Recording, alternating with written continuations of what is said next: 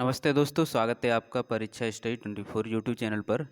दोस्तों, आज हम आपको डीएलएड प्रथम सेमेस्टर के विषय संस्कृत को कराएंगे और इसमें हम आपको ऐसा टॉपिक कराएंगे आज जो आपको हिंदी में भी और संस्कृत में दोनों में ही लाभदायक है। यानी कहने का मतलब ये है दोनों विषय में पूछा जाता है।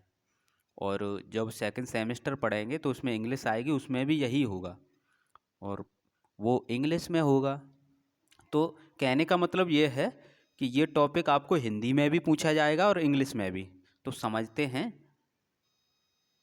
शिक्षण अधिगम सामग्री। शिक्षण अधिगम सामग्री यानी जिसे इंग्लिश में TLM कहते हैं। ठीक है, TLM यानी टीचिंग लर्निंग मटेरियल। शिक्षण अधिगम सामग्री को TLM कहते हैं इंग्लिश में, शॉर्ट में TLM। और TLM की फुल फॉर्म लिखने को आए तो आप लिख सकते हैं हिंदी में शिक्षण अधिगम सामग्री और इंग्लिश में टीचिंग लर्निंग मटेरियल। ये क्या होता है? जब कोई शिक्षक आपको पढ़ाता है तो वह आपको समझाने के लिए, जैसे ताजमहल का टॉपिक पढ़ाया जा रहा है तो आपको क्या है, वह जो ताजमहल है उसका मॉडल बना के लाए, उसका चार्ट बना के लाए तो वो आपको दिखाए। तो ये सब क्या हैं, शिक्षण अधिगम सामग्री के अंतर्गत आती हैं। या कोई टॉपिक है उसे आपको ऑडियो में सुनाए या फिर कंप्यूटर पे दिखाए या मोबाइल पे दिखाए। जब कोई वीडियो दिखाएंगे तो उसमें सुनाई भी देगा और दिखाई भी देगा। तो इस प्रकार से तीन प्रकार से साधन होते हैं। एक तो जो देखने वाले, एक सुनने वाले, एक देखने और सुनने वाले। समझ गए? तो ये वही है शिक्षण अधिगम सामग्री। इससे क्या होता है कि छात्रों को समझ में आसानी से आ जाता है। कठिन से कठिन जो भी टॉपिक है वो भी सरलता से समझ में आ जाता है। तो ये समझते हैं आपको किस प्रकार लिखना है। आपके पेपर में ये भी लिख सकता है सामग्री की जगह साधन, कि शिक्षण अधिगम साधन बताइए कौन कौन से हैं। तो आप कैसे लिखेंगे तो आप समझते हैं, एक एक करके आपने समझ लिया किस प्रकार से प्रश्न पूछे जाते हैं, शिक्षण सामग्री क्या है। देखते हैं दोस्तों। वह सामग्री जिससे शिक्षण को रुचिकर एवं प्रभावशाली बनाया जाता है उसे शिक्षण अधिगम सामग्री या फिर शिक्षण अधिगम साधन कहते हैं। जो भी हम परिभाषा आपको बताते हैं वो हम सरल से सरल बताते हैं जिससे आपको याद रहे। तो शिक्षण अधिगम सामग्री में आप लिख सकते हैं वह सामग्री जिससे शिक्षण को रुचिकर व प्रभावशाली बनाया जाता है उसे शिक्षण अधिगम सामग्री कहते हैं। शिक्षण अधिगम सामग्री के प्रकार, यदि आपसे प्रकार पूछे जाएं शिक्षण अधिगम सामग्री, हमने क्या बताया, यहाँ साधन भी लिख सकता है। क्या लिख सकता है? साधन। पूछ सकता है आपसे शिक्षण अधिगम साधन के प्रकार बताइए, तो उसका मतलब यही है जो शिक्षण अधिगम सामग्री के प्रकार हैं वही शिक्षण अधिगम सामग्री के प्रकार हैं वही साधन के। तो शिक्षण अधिगम सामग्री के तीन प्रकार हैं: दृश्य सामग्री, श्रव्य सामग्री और दृश्य श्रव्य सामग्री। अब एक एक करके समझते हैं सरल भाषा में। दृश्य माने होता है देखना। दृश्य माने क्या होता है? देखना। देखना।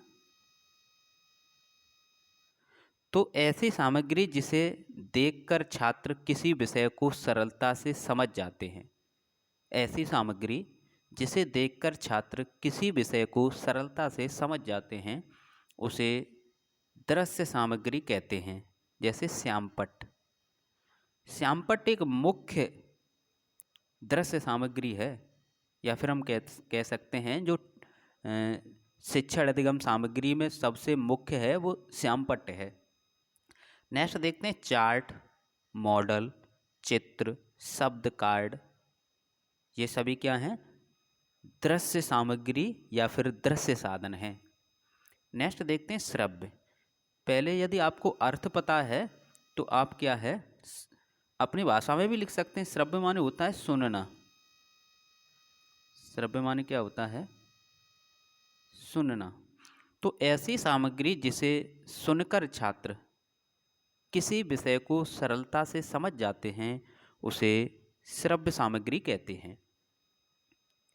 तो ऐसी कौन सी सामग्री होती हैं?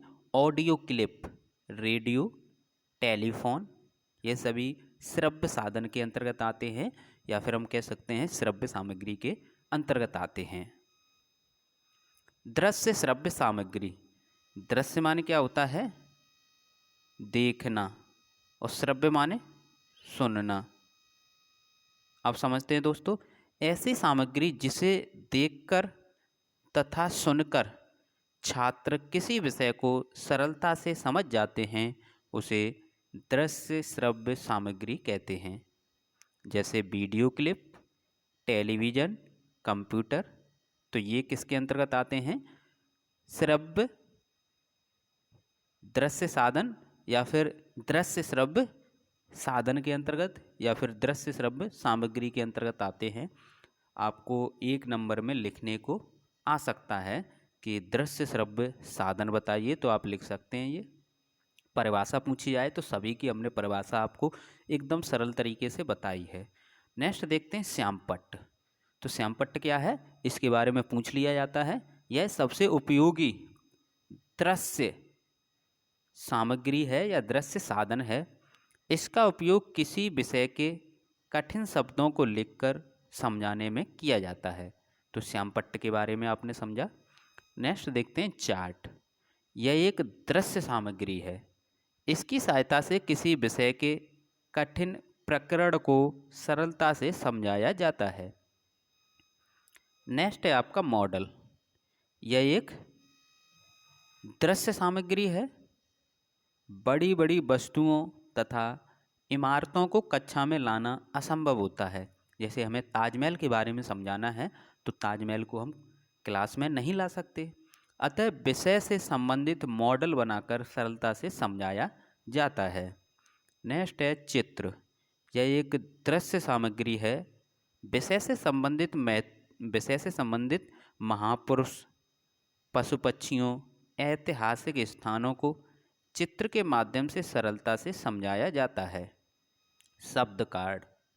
यह एक दृश्य सामग्री है। इससे छात्रों को शब्दों को सरलता से सिखाया जाता है। शब्द कार्ड पर जो शब्द बने होते हैं उसे हम छात्रों को समझाते हैं। Audio clip. ऑडियो क्लिप तो यह एक श्रव्य सामग्री है या श्रव्य साधन है। इसके माध्यम से छात्र विषय से संबंधित कठिन प्रकरण को या कठिन टॉपिक को सुनकर सरलता से समझ जाते हैं। वीडियो क्लिप यह दृश्य श्रव्य सामग्री है। इसके माध्यम से छात्र विषय से संबंधित कठिन टॉपिक को देखकर तथा सुनकर सरलता से समझ जाते हैं। श्रव्य दृश्य साधन के लाभ या गुण या विशेषताएं पूछी जाएं तो आप लिख सकते हैं। इससे छात्र सक्रिय रहते हैं। जब आप टीवी देखते हैं तो क्या है, छात्र एकदम उनकी निगाह टीवी पर ही रहती है, क्योंकि वहाँ पर चित्र दिखाए जाते हैं और आवाज़ सुनाई देती है। तो छात्र क्या है, सक्रिय रहते हैं। इससे छात्रों में विचार एवं कल्पना शक्ति दोनों का विकास होता है। इससे प्राप्त ज्ञान स्थायी होता है। यदि आप कोई फिल्म देख रहे हैं तो आपको आधी से ज़्यादा फिल्म तो याद हो जाएगी। तो यहाँ पर ये बताया गया है कि इससे प्राप्त ज्ञान स्थायी होता है। इससे छात्र रुचिपूर्वक समझते हैं। इसके माध्यम से छात्र कठिन विषय के प्रकरण को या कठिन विषय के टॉपिक को सरलता से समझ जाते हैं। तो इस प्रकार आपने ये टॉपिक था, आपका इम्पोर्टेंट टॉपिक है, जो आपके संस्कृत में भी पूछा जाता है, हिंदी में भी पूछा जाता है। डीएलएड फर्स्ट सेमेस्टर में हिंदी में और संस्कृत में दोनों में पूछा जाएगा। और आगे भी जब पेपर होंगे आपके सेकंड सेमेस्टर या थर्ड या फोर्थ में, तो ये टॉपिक आपको मिलेगा ज़रूर। तो वीडियो को लाइक करें, और जो छात्र कहीं जॉब कर रहे हैं या किसी कारणवश नोट्स नहीं बना पा रहे हैं तो पीडीएफ नोट्स ले सकते हैं। पीडीएफ नोट्स ले सकते हैं। उसके लिए आपको क्या करना पड़ेगा, 84 45 76 64 64 पर मैसेज करके सभी विषय की एक साथ पीडीएफ आप ले सकते हैं। और इसका जो सहयोग राशि है वो 220 रुपये है। ये सहयोग राशि है, क्योंकि एक सब्जेक्ट आपको चाहिए, एक सब्जेक्ट यदि चाहिए तो 50 रुपये का है।